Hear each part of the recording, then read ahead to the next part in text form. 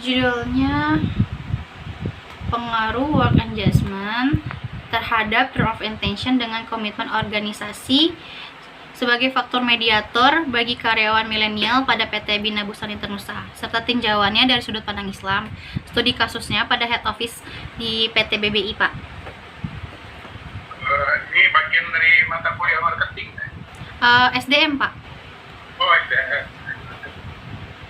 Work engagement ini apa? Work engagement itu adalah ikatan kerja, Pak. Jadi kalau perusahaan punya work engagement yang tinggi, itu berarti perusahaannya bisa menaunginya, Pak. Mungkin dari gajinya sudah tercukupi, kayak gitu, Pak. Contoh dalam prakteknya apa tuh? Contoh dalam prakteknya, kalau di perusahaan yang saya teliti sendiri ya, Pak, itu jadi work engagement itu jadi si perusahaannya itu memberikan apa yang diharapin dari si pekerjanya, Pak. Jadi kayak misalnya pekerja kan berharap kayak untuk kenyamanan tempat kerja, terus untuk kenyamanan gaji atau ada pelatihan dan yang lainnya, dan itu hampir sebagian sudah dapat dipenuhi oleh perusahaan, Pak.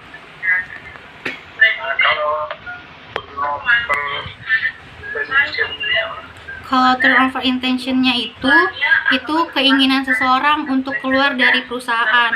Artinya, Pak, jadi kalau misalnya kayak perusahaan itu tidak memberikan kenyamanan atau tidak memberikan yang mereka harapkan, jadi si pekerja itu mulai mencari-cari pekerjaan yang lebih baik.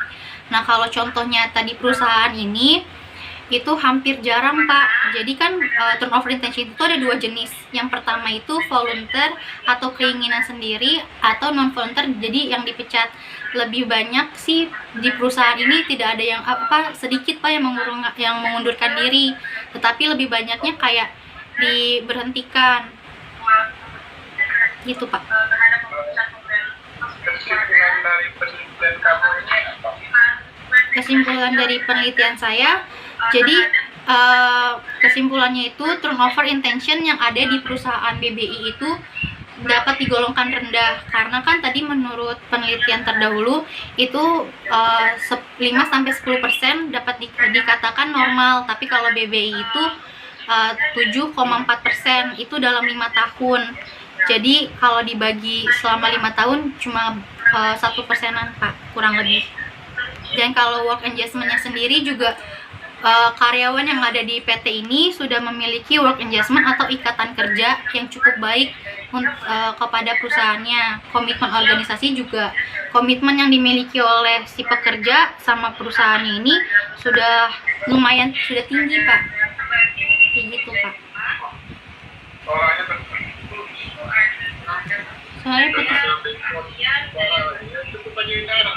Iya, Pak.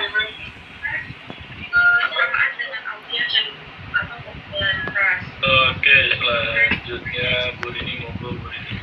Oh iya, terima kasih Pak Zaina. Suara ruangan sebelah masuk soalnya, Bu. Iya, jadi agak mengganggu ya. Iya. Agak terganggu juga kita ini. Oke, Cecilia. Iya, Bu. Sebelumnya selamat ya, kamu sudah menyelesaikan skripsi kamu dan hari ini bisa disidang. Mudah-mudahan juga kamu sudah mempersiapkan semuanya. Amin. Nah, Terima kasih, Bu. dari judul kamu menarik sebenarnya ya, sangat menarik. Tapi perlu kita tahu seberapa dalam pemahaman kamu terhadap apa yang kamu tulis ya. Iya, Bu.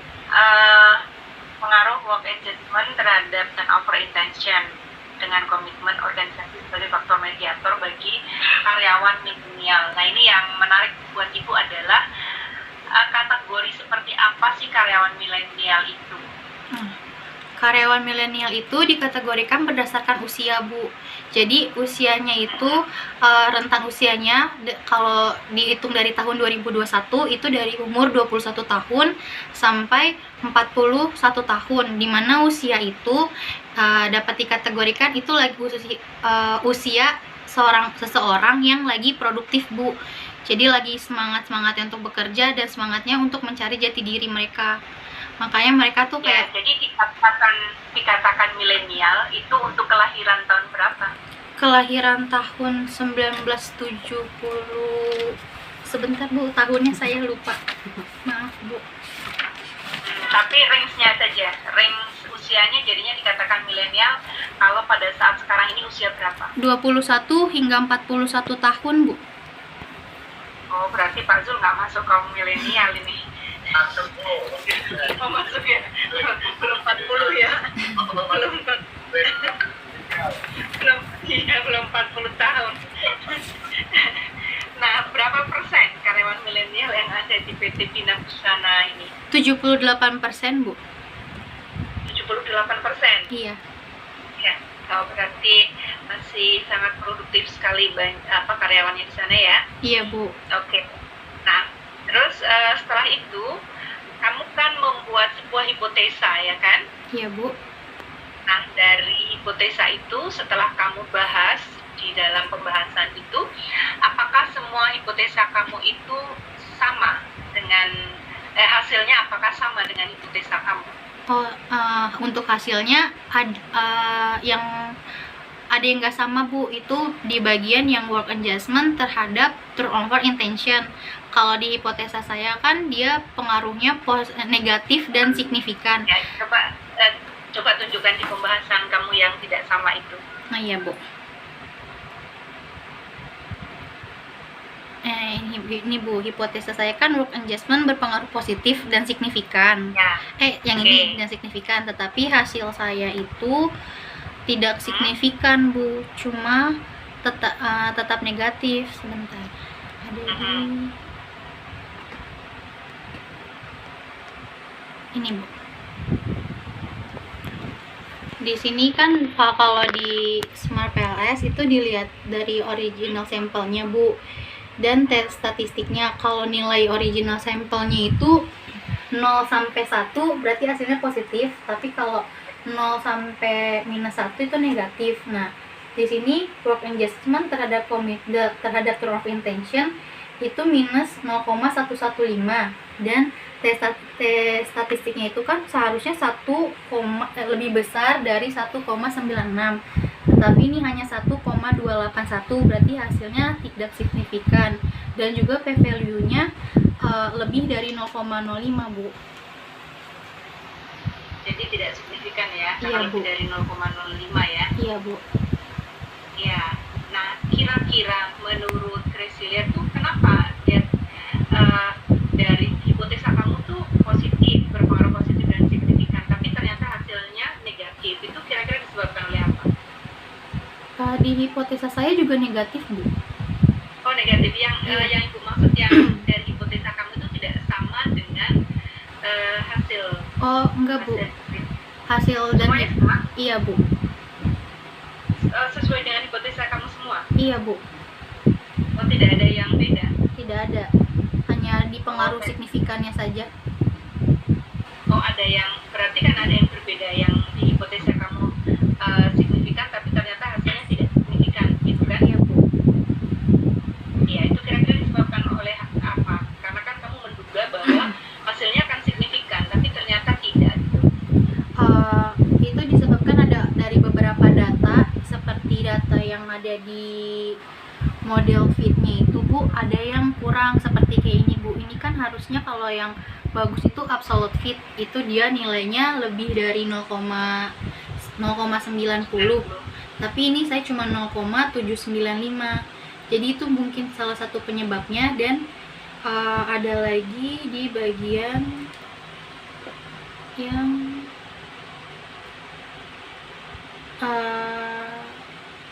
S-square-nya mungkin Bu.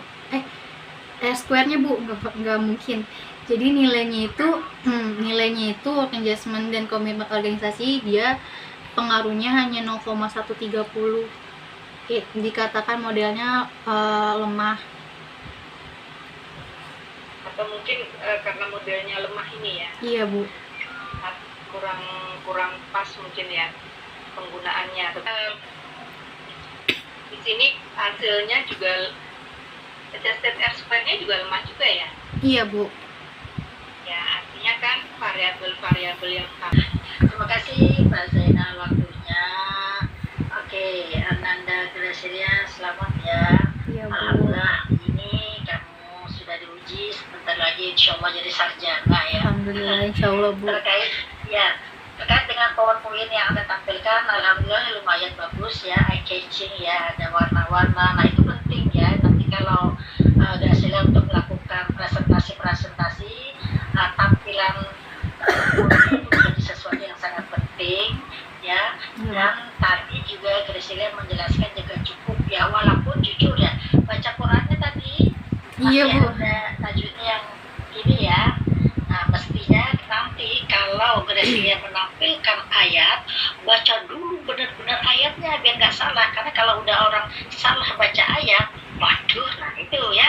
Jadi itu seperti itu penting ya, itu penting banget.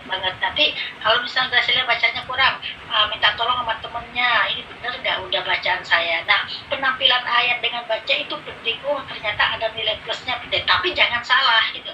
Nah kalau tadi tajwidnya masih ada yang kurang ya. Iya, Bu. Ya, ini nanti tolong diperbaiki ya Gracilia ya. Jangan Iya, Ibu. terus harus belajar. Iya, Bu. Walaupun Gracilia itu nanti sebentar lagi sudah jadi sarjana, bukan berarti sudah tidak belajar lagi. Apalagi kaitannya dengan ayat Al-Quran, ini harus dibaca terus ya. Iya, Oke, Bu. itu pertama. Penelitian yang dilakukan di PT apa? PT Bina Busana Internusa, Bu. Nah, PT Di- Bina Busana itu produknya apa aja? Menarik. Itu di bidang garment, Bu. Jadi dia itu khusus dia kan ada 3 cabang di Semarang, Pulau Gadung, dan di Cakung. Nah yang saya teliti itu di Pulau Gadung, Bu. Di Cakung. Jadi dia khusus Dia misalnya milenialnya, kenapa 78 milenialnya? Karena memang dia masih tenaganya cukup kuat. Kalau generasi kayak ibu ini kan mungkin karena udah capek. Apakah pertimbangan komitmen organisasinya? Apa pertimbangannya yang mana ini? kenapa generasinya milenial, Bu? Milenialnya. Kalau generasi milenialnya itu karena di sekitar perusahaan itu kan dia deket rumah penduduk, Bu. Jadi banyak yang ngedaftar buat di sana. Cuma kalau di BBI ini emang yang kerjanya lama-lama, Bu. Dari dia lulus sekolah misalnya 20 tahunan atau 21 tahunan, terus dia sampai 15 tahun, 10 tahun kayak gitu, Bu. Yang rentan usianya lebih tinggi juga sebenarnya ada, Bu. Nah, kenapa saya ambilnya milenial? Karena lebih besarnya usianya tuh sekitaran 21 sampai 41 tahun, Bu. Ya, tapi ya memang ada plus minusnya ya. Yang pasti kalau milenial itu kan ya tenaga, kemudian pengembangannya itu jauh lebih ini daripada kalau yang generasi itu kan biasanya kan disebut terkait dengan busana masalahnya ya. Nah kalau komitmen organisasi, prinsip-prinsip Islam dalam komitmen organisasi apa aja? Anda udah tulis itu, Gracilia. Coba intinya aja apa? Prinsip-prinsip. Aja. Jadi apa kerjanya itu amanah. Lalu dia memiliki sifat yang sidik. Sama dia memiliki sikap. Satu lagi, Bu, maaf saya lupa, Bu. Ya, dia harus komitmen, itu penting banget di dalam apapun ya. Iya, Bu. Di dalam bekerja, di dalam kita berhubungan, pertemanan, apapun komitmen sesuai dengan kesepakatan, ya sesuai dengan janji, ya amanah dan seterusnya, itu penting di dalam kita melakukan apapun itu. Kita harus berkomitmen. Nah kalau dia tidak komitmen, nah itu nanti masuk dalam satu hadis Nabi, ayatul munafiqin talatun dan seterusnya ya. Nah kalau boleh nanti setelah direvisi ini tambahkan hadis-hadisnya, ini minim banget ya. Iya, Bu. Akan hadis-hadis supaya lebih ini, karena kan pendalamannya, analisisnya agak kurang ya. Tetapi secara keseluruhan sih ya Anda udah jelaskan, tapi kurang dalam aja ya. Oke, terima kasih Pak Zainal. Oke, Bu Marama, terima kasih. Selanjutnya kita persilakan pembimbingnya mempertanyakan. Bimbingannya. Oke, terima kasih Pak Zainal. Gracilia, Iya, Pak. namamu agak di Indonesia jarang ya, kalau di sana si Grace banyak. Ini Gracilia. Kamu orang mana sih aslinya? Papa saya orang Cina, Pak. Mama saya orang Cirebon. Oh gitu. Opa Jadi saya- campuran. Opa saya Cina asli. Oh, kamu C kuadrat ya? Cina Cirebon ya? Iya Pak. Iya kan? Iya Pak. Jadi saya pagi saya sekolah minggu, sore saya ngaji Pak. Hah? Pagi saya sekolah minggu, sore saya ngaji. Waduh, tapi agama jangan kayak siapa itu, mohon maaf, yang kemarin di bawah itu digelandang ke polisi, enggak dua agamamu, enggak kan? Enggak Pak, satu, alhamdulillah. Iya, makanya. Dan apa nih? Enggak, di situ ada orang Nasrani loh, enggak ada masalah. Iya. Asal mau bisa mengikuti pendidikan agama. Setahu saya ada beberapa orang. Kalau kamu, mohon maaf, apa nih? Saya- sedikit Sarah ngomongnya, tapi bukan Sarah, tujuannya bukan ya. Iya Pak, nggak apa-apa Pak. Saya dari ininya, kecil Nasrani. saya dari kecil sempat dibaptis Pak, tapi saya masuk Islamnya mulai SMP Pak. Jadi benar-benar mulai belajarnya pas SMP awal. Oh, oke, ya udah, oke deh ya, itu saya kok malah baru kepikir nih ya. Selama ini bimbingan saya nggak ngeh. Oke ya, jadi pertama saya apresiasi ya, kamu sudah menyelesaikan ya, walaupun kamu bekerja kalau nggak salah ya, kelas karyawan kan ya? Iya Pak. Kelas ya? Iya Pak. Ya, oke, 2000 berapa? 17? 2017 Pak. Ya, berarti kamu sambil bekerja, kemudian on time ya, on the track, berarti ya saya apresiasi. Oke, kemudian tadi kamu presentasi cukup bagus, cuma sayangnya tadi ya seperti Kumara bilang, PowerPoint-nya cukup lengkap, tapi suaranya aja tadi yang kasih. Nggak apa-apa, karena hanya sinyal ya. Iya Pak. Baik, saya ingin tahu sekarang, saya ingin tanya-tanya ke kamu ya, karena saya seperti mungkin terlalu panjang. Adi, kamu sebutkan generasi milenial yang kamu teliti ya, kan? Iya Pak. Nah, rentang usianya berapa? 21 sampai 41 tahun Pak. Oke, di luar itu namanya apa kalau gitu? Saya pengen memastikan aja, saya nggak begitu paham juga nih. Ada baby boomer, ada generasi Z. Sebentar Pak, saya juga lupa, maaf Pak. Iya. Ada baby boomers. Iya Pak, ada baby boomers, generasi X, generasi milenial itu generasi Y, sama generasi Z Pak. Milenial itu Y ya? Iya, kalau baby boomer itu dari Bazul generasi apa itu? Kalau Bazul generasi apa itu maksudnya? tahun berapa ya Pak? Eh? Tahun berapa Pak? Tahun berapa Pak? Maaf. Mungkin mengerti. Nah, ini menurut Gracia ini, siapa tahu Bazul masuk ke milenial, milenial, saya nggak tahu. Apa tadi tuh Grace, kalau yang di atas apa namanya? Kalau baby boomers itu tahun 1946 sampai 1964 Pak. Oh, maju tuh baby boomers. Aduh, baby boomers itu. Baby boomer itu. Iya, saya nggak masuk ke situ tuh. Oh, oke. Boomers Bazul ya. Oke deh. Iya. Ya udah. Kalau Pak Effendi apa ini? Pak Effendi jadinya Saya apa? nomor 5, makanya nanggung banget Bazul sampai ke 4. Iya. Ya. Fendi baby band ya.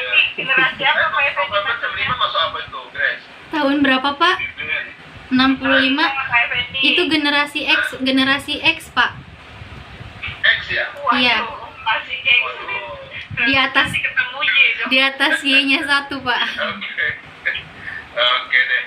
Yaudah, sekarang saya tanya ya sedikit tentang penelitianmu, hasilnya. Saya ingin tahu kamu, walaupun tadi kamu cukup jelas ya, cukup mengerti. Saya ingin pastikan lagi, tadi ada yang berpengaruh, coba hasilnya berpengaruh positif tadi. Nah ini misalnya ya, nih. Work adjustment berpengaruh positif dan ini signifikan ya. Iya, Pak. Kemudian work adjustment berpengaruh negatif dan tidak signifikan. Iya Pak.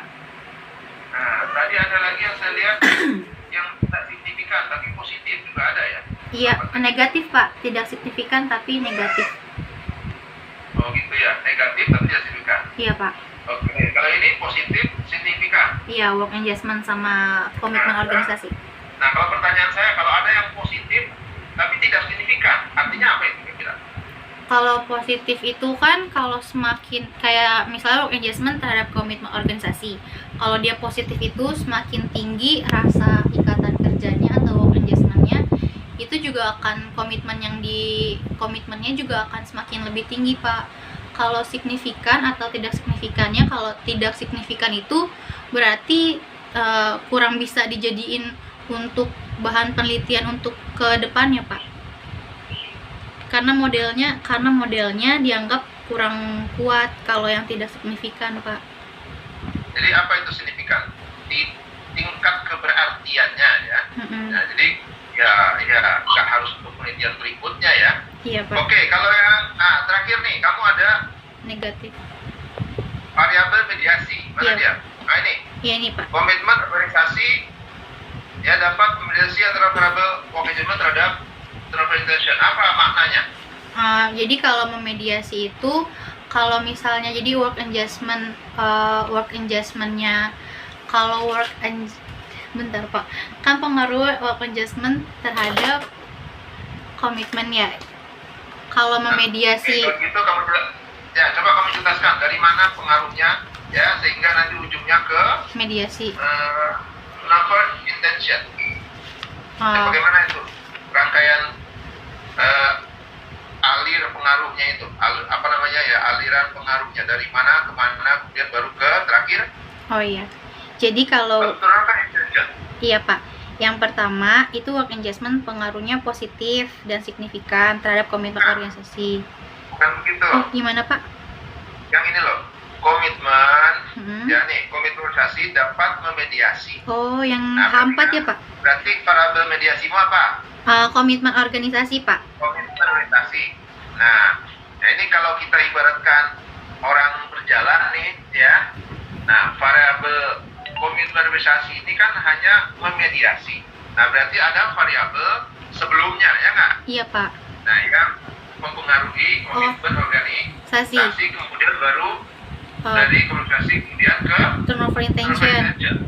Betul gitu? Iya, Berarti benar, kalau Pak. gitu coba kamu jelaskan gimana alur Gini, Pak. arahnya tadi. Komitmen organisasi itu dapat memperkuat work engagement pengaruhnya terhadap turnover intention. Jadi kalau misalnya si komitmen organisasinya itu yang sebagai mediator dihilangkan, maka hubungan antara si work engagement-nya dengan turnover intention-nya itu tidak ada atau lemah gitu, Pak.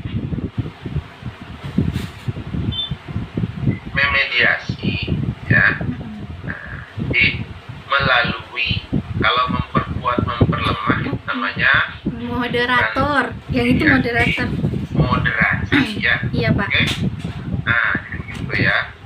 Oke deh, Gracia, saya rasa kamu cukup memahami dan waktunya juga sangat pendek ini. Nanti saya dimarahin dengan pembimbing nggak usah banyak-banyak. Jadi itu aja, Mbak Zena. Makasih.